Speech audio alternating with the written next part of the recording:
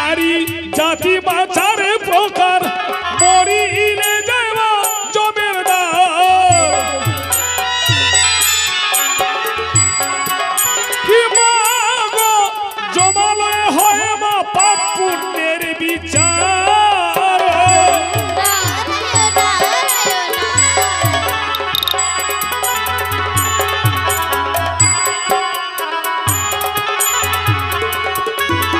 যে নারী জাতি মা চার প্রকার মরিলে যায় মা জমের দ্বার কি মাগো জমালয়ে বসে হয় তার পাপ পুণ্যের বিচার। ওগো প্রভু বলো মা সেই নারীদের নাম কি কি? ও সেই নারীদের নাম কি কি? হ্যাঁ প্রভু সেটাও তুমি জেনে নিতে চাও? হ্যাঁ। আরে শঙ্খিনী মা হস্তিনী পদ্মিনী মা চিত্তিনী আরে শঙ্খিনী মা হস্তিনী পদ্মিনী মা চিত্তিনী কি মাগো এই হলো নারী চার জাতি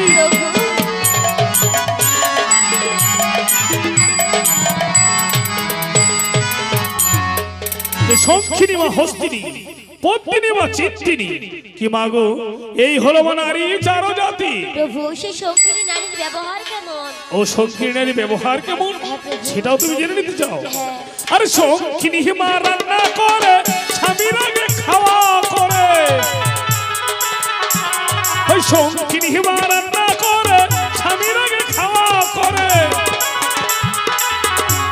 কি মাগো ফলের শিশুকে মারে প্রদান খাক প্রভু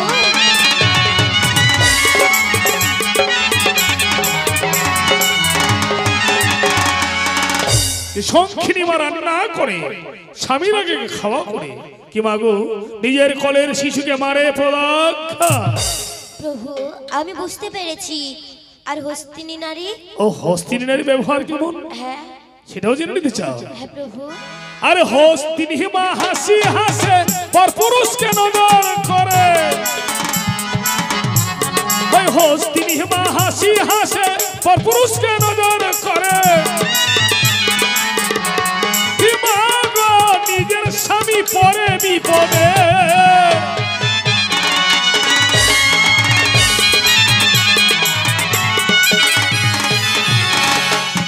যে হস্তিনী মা হাসি হাসে পর পুরুষকে নজর করে কি মাগো নিজের স্বামী দিনের দিন পদে পদে পরে বিপদে।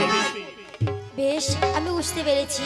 আর পত্নী নারীর ব্যবহার? আর পত্নী মা পদ্মাগহর পরের দুঃখে হয় কাতর পত্নী মা পদ্মাগহর পরের দুঃখে হয় কাতর কি মাগো নিজের খাওয়া অন্যের করে দান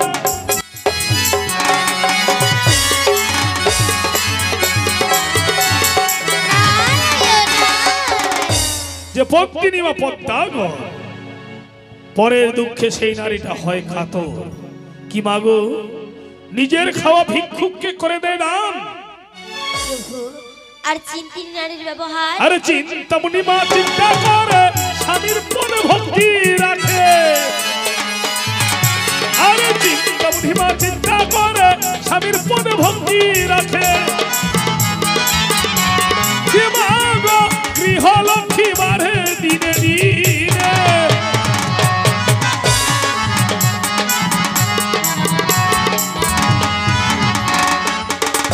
বুঝতে পেরেছ মা যে চিন্তামণি মা চিন্তা করে স্বামীর পদে সদা সর্বদাই ভক্তি করে কি মাগো গৃহলক্ষ্মী তার ঘরে দিনের দিন বাড়ে তার ঘরে। ওগো প্রভু আমার সবকিছু জানা হয়ে গেছে। ওগো প্রভু আমরা তো যাবো সমর্থ লোকে। সত্য আর কি কোনোদিনও কি এই দেব সমাজে ফিরে আসতে পারবো না? অবশ্যই ফিরে আসতে পারবে। পুত্রী বলো পুত্রী বলো আজ অনিরুদ্ধ উষাকে তুলে দেবো তোমার হস্তে কতদিন পরে ফিরিয়ে দিয়ে যাবে তুমি মর্ত্যলোক থেকে ইন্দ্র সহবাতে। পিতা 1600 বছরের জন্য আমি অনিরুদ্ধ উষাকে নিয়ে যাব সেই মর্ত্যধামে। আবার 1600 বছর পর হংস রাতে করে ফিরিয়ে দিয়ে যাব এই ইন্দ্রপুরে। 1600 বছর পরে ফিরিয়ে দিয়ে যাবে? হ্যাঁ তা যেন সত্যি হয় মা। তা যেন সত্যি হয়। অনিরুদ্ধ উষা, বলো প্রভু।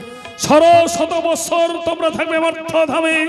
1600 বছর গত হওয়ার পরে হংস রথে করে ফিরিয়ে দিয়ে যাবে তোমাদের দেবী মনসা, ইন্দ্র সহ।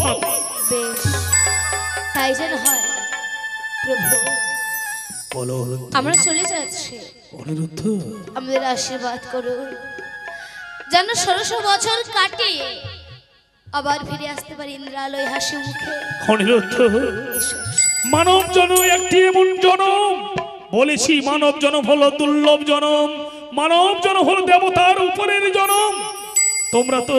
তোমরা তো হাসতে হাসতে 1600 বছর কাটিয়ে দিবে মর্ত্যধামে, কিন্তু দেবগণরা নিরানন্দ হয়ে কতদিনই থাকবে এই স্বর্গ রাজ্যে। তোমরা কি একবার ভাবছো? যাও পুত্র, যাও, হাসতে হাসতে তোমরা যাও।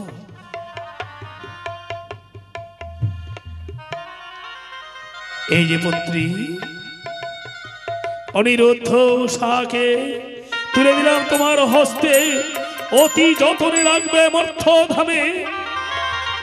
এই যে দেবতাদের নয়নের মণি, দেবতারা সব হারাতে রাজি, অনিরুদ্ধ উষাকে হারাতে রাজি নয়, তবু তোমার সঙ্গে সত্যতা করেছে বলেই আজ তোমার হস্তে তুলে দিচ্ছি মা।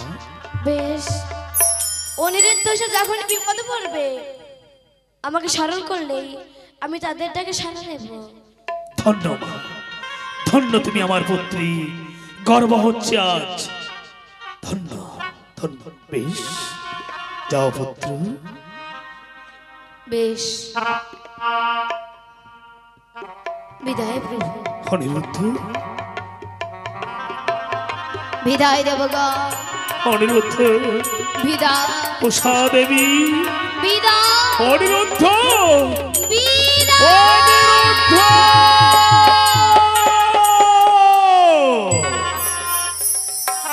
একই সকল দেবতাগণ আমরা মাহত হয়ে পড়ে গেল, শুধু অনিরুদ্ধ উষা স্বর্গ রাজ্য ছেড়ে চলে গেল বলেই না। এভাবে ভেঙে বললে হবে না। যতদিন অনিরুদ্ধ উষা থাকবে মর্ত্যধামে, ততদিন ইন্দ্র সবাই কৈলাসে নৃত্য করবে। দেবশ্রী নারদকে নিয়েই এই স্বর্গ রাজ্য আমরা আনন্দ উপভোগ করব।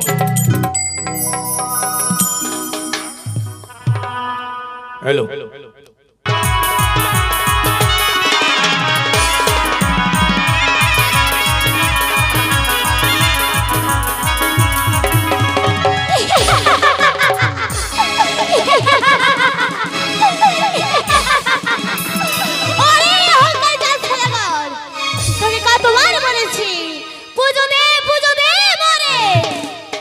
রত্ন সোনার সংসার পারাইব তোরে, কিন্তু না, তুই আমার প্রতি পুষ্পাঞ্জলি এক্ষণে দিসনি।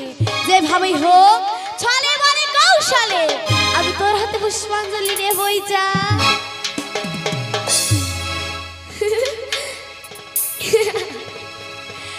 দেখ চাঁদ দেখ, তুই আমার পথে পুষ্পাঞ্জলি না দিলে কি হবে? কিন্তু তোর স্ত্রী সনিকা আমার পথে পুষ্পাঞ্জলি দিচ্ছে না। আমি আর এখানে এক মুহূর্তে বিলম্ব করব না, শীঘ্র ছুটে যাব আমার পিতার মন্দিরে চম্পকনগরে পুষ্পাঞ্জলি দিতে।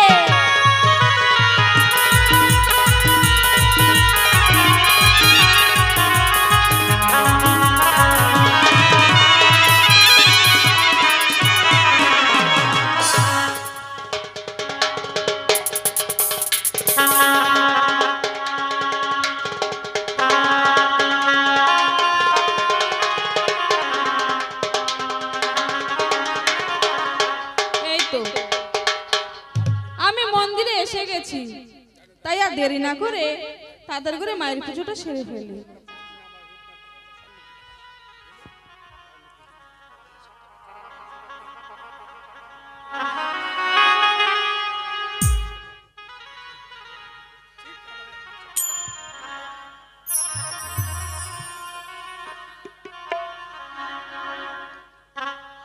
দেব তাহার মন্দিরে মাগো অঞ্জলি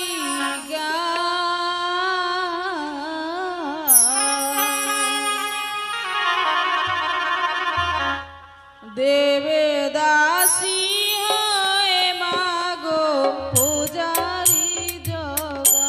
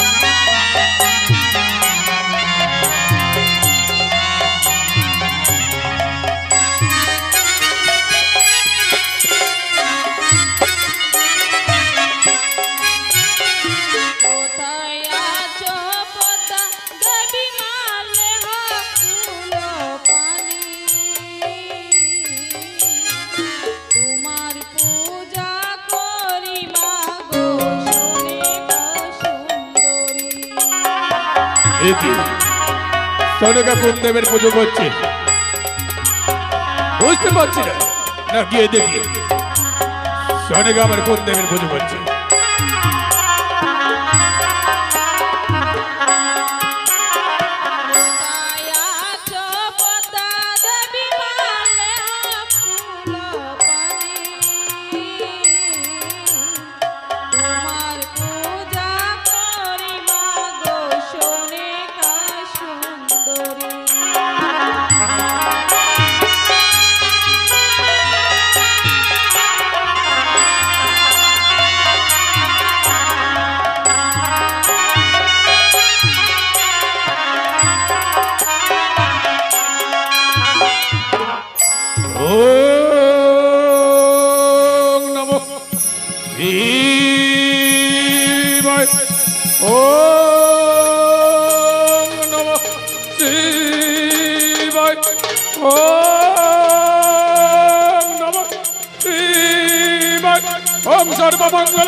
মঙ্গলে সর্বসিদ্ধায় সদিকায় সর্বস্তপকে করি নারায়ণ নমস্তুতে ওম ভদ্রকালী শিবালিনী দুর্গা গোমাদাত্রী সদাশিব নমস্তুতে জা দেবী সর্বভূতেষু মাতৃরূপেণ স্থিতা নমস্তস্मै নমস্তস্मै ওম নমো নমো।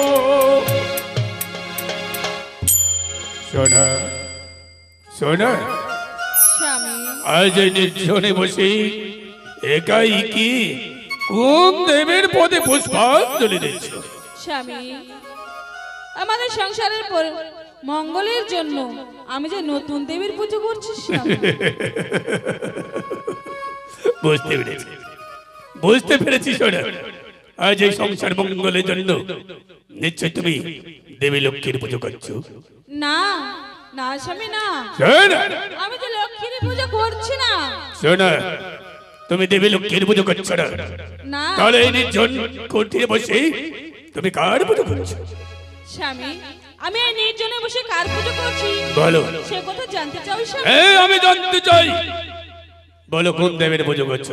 তাহলে শোনো স্বামী, আমি পুজো করছি দেবী মনসা। শোনো, তুমি আমার অর্ধাঙ্গিনী, শতবারণ করা সত্ত্বেও চেঙ্গমরিকারীর পুজো করছো এই নির্জনে বসে, ঠিক শতধিক তোমায়। শোনো, এই মুহূর্তে এই চেঙ্গমরিকারীর পুজোটাকে তুমি পচা নর্দমায় বিসর্জন দাও। না না স্বামী, না, আমি যে পারবো না। আমি যে আহ্বানের মন্ত্র জানি, বিসর্জনের মন্ত্র জানি না স্বামী।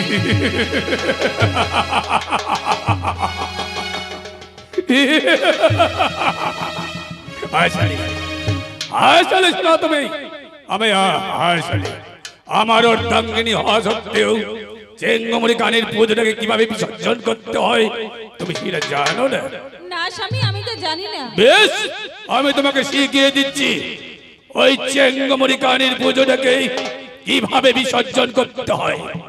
এই মুহূর্তে ওই চেঙ্গমরিকানির পুজোটাকে আমি বাপ পদে পদাঘাত করলাম।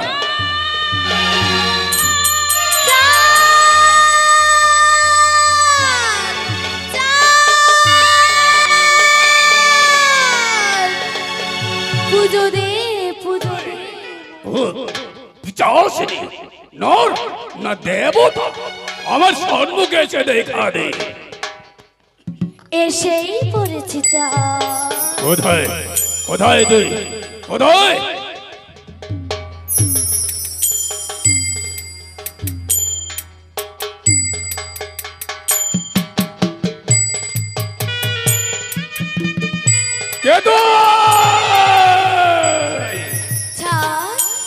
তুই আমাকে চিনতে পারছিস না? না, চিনতে পারছি না। নন্দিনী আস্তিকা জাননি নাম্বার নাম্বার দেবী পয়দাবতী।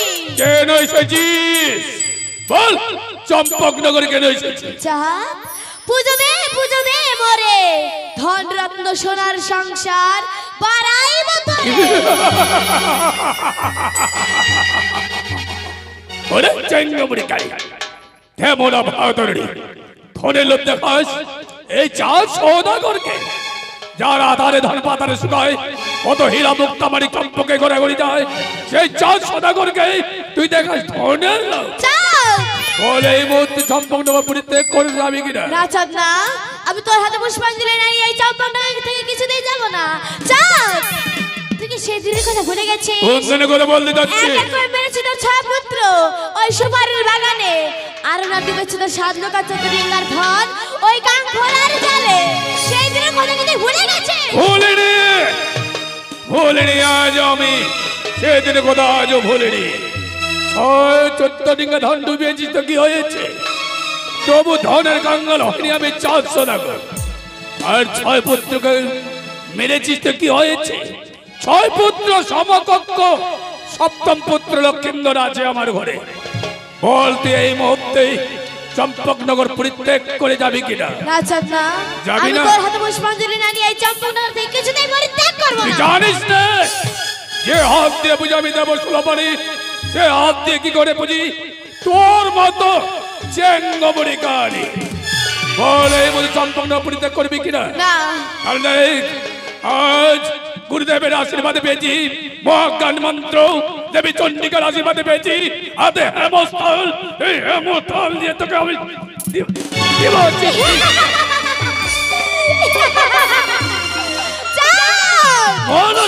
তুই চলবি ডালে ডালে, আমি চলবো পাতায় পাতায়।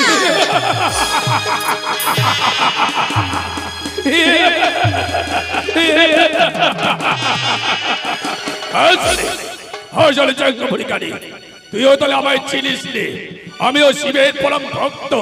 তুই যদি চলিস পাতায় পাতায়, আমি চলবো আকাশে আর পাতালে। বল চম্পকনগর পরিত্যাগ করে যাবি কিনা? যাবি না?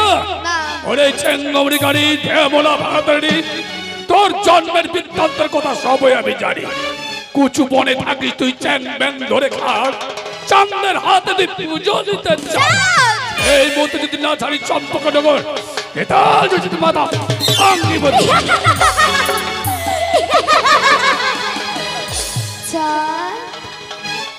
তুই নারীর কি রূপ দেখেছিস? হতে পারে তুই সীতার চোখের জল দেখেছিস, কিন্তু কালী চন্ডালিনীর রূপ দেখিস নি। হতে পারে তুই দ্রৌপদীর বস্ত্র হরণ দেখেছিস, কিন্তু মহিষাসুর বধ দেখিস নি। চেঙ্গমরিকানি ধেমনা ভাতারি, তুই যেসব নারীদের কথা বলছিস না, ওইসব নারীদের সঙ্গে তুই নিজেকে তুলনা করিস না। তুই কি নারী, কেমন নারী জানিস? যার বিবাহের বাসর ঘর থেকে স্বামী চলে যায়, এমন কুলথা দেবীর কার পুজিবার ইচ্ছা হয়? বলে এই মধ্যে চম্পকনগর পরিত্যাগ করে যাবি কিনা? না। যাবি না? আমি তোর হাতে পুষ্পাঞ্জলি না নিয়ে চম্পকনগর থেকে কিছুতেই যাব না।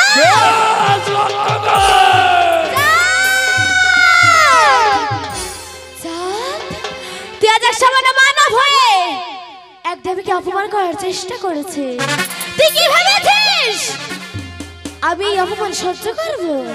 তাহলে তুই শুনে রাখ, আমি যদি শিবের কন্যা হয়ে থাকি, তোর এই চম্পকের মাটিতে প্রতিজ্ঞা করছি জানত, তোর সপ্তম পুত্র লক্ষ্মীন্দরকে আমি এই বিবাহর বাসরে ধ্বংস কিচ্ছু করতে পারবি না, কিচ্ছু করতে পারবি না।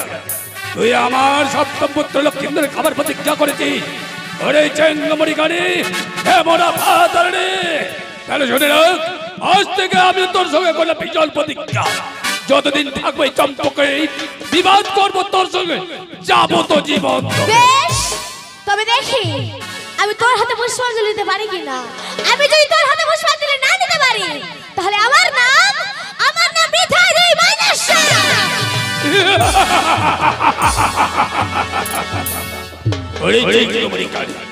যতবার আসবে তুই আমার চম্পকের নগরে মস্তক মুন্ডন করে তোকে দিব বের করে, আর না বলবো তোকে চেঙ্গমণি কারি, আর না মারবো তোকে হেতালের বাড়ি।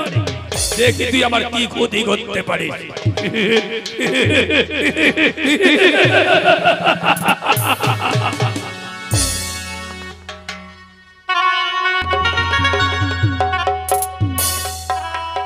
ওগো পিতা, তুমি আমায় কেন জন্ম দিয়েছো পিতা?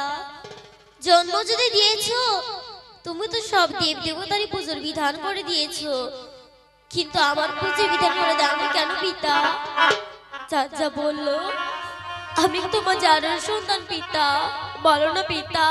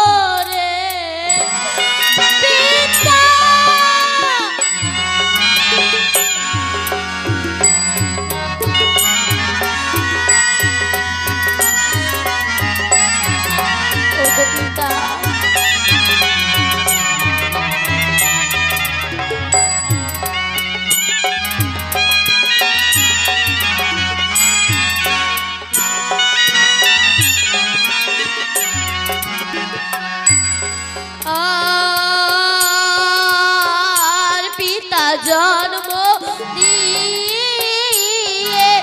আমার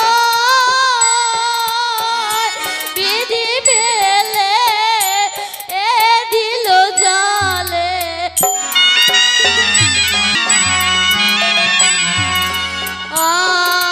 আর না পাইলাম মায়ের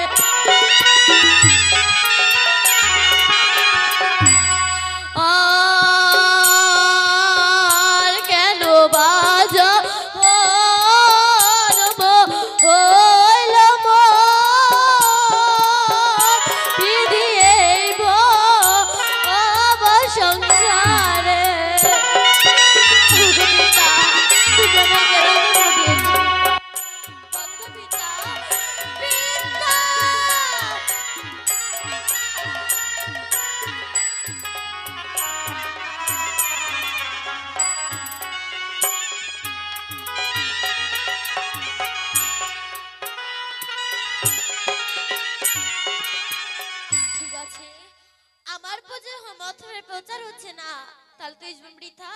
না, এই জীবন এক মুহূর্ত রাখবো না। আমি এখন নিজে নিজে আত্মহত্যা করবো।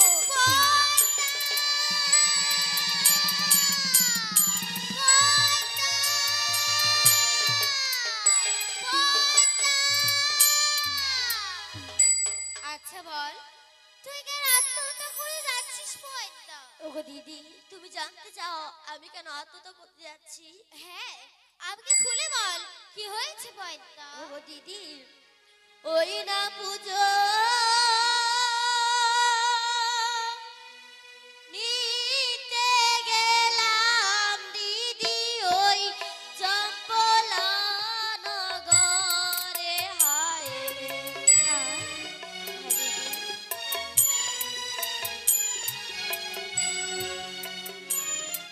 পুজো নিতে গেলাম দিদি ওই চম্পলা নগরে। হায়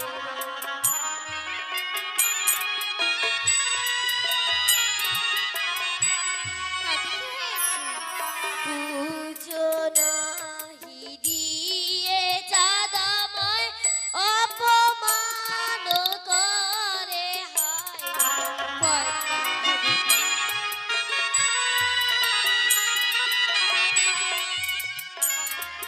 পুজো নিতে গেলাম দিদি ওই চম্পলা নগরে।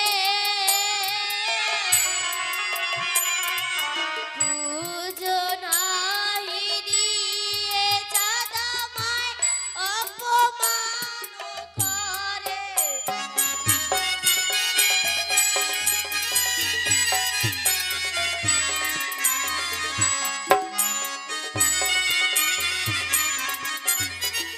পুজো নিতে গেলাম দিদি ওই চম্পলা নগরে, আর পুজো নাহি দিয়েছে তোমায় অপমান করে গো দিদি। ওরে পয়দা, আচ্ছা বল সে চাঁদ তোকে কি বলেছে? ও দিদি, ওই না আরো না বলেছে আমায় চেঙ্গো মুড়ি কানি। হয়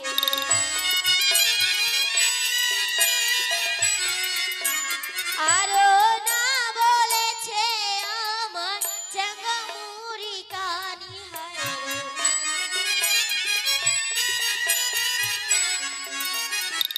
আরো না বলেছে আমায় প্রেমনা ভাতারি। হায় রে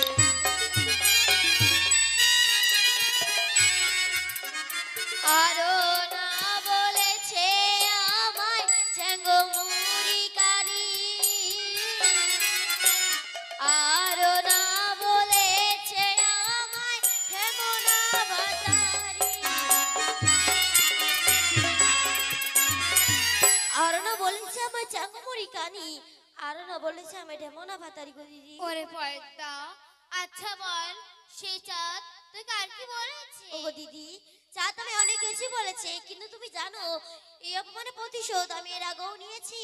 পয়দা, তুই কি প্রতিশোধ নিয়েছিস? ওগো দিদি, ওই না ধন জান ছায় পুত্র চাঁদের মারিয়ায় করেছি হানি। হায় রে পয়দা, দিদি, হ্যাঁ, ধন জান ছায় পুত্র চাঁদের মারিয়ায় করেছি হানি। হায় রে তুই কি করেছিস? তথারি দারুণ চান্দ নাদে ফুল পানি। হায় রে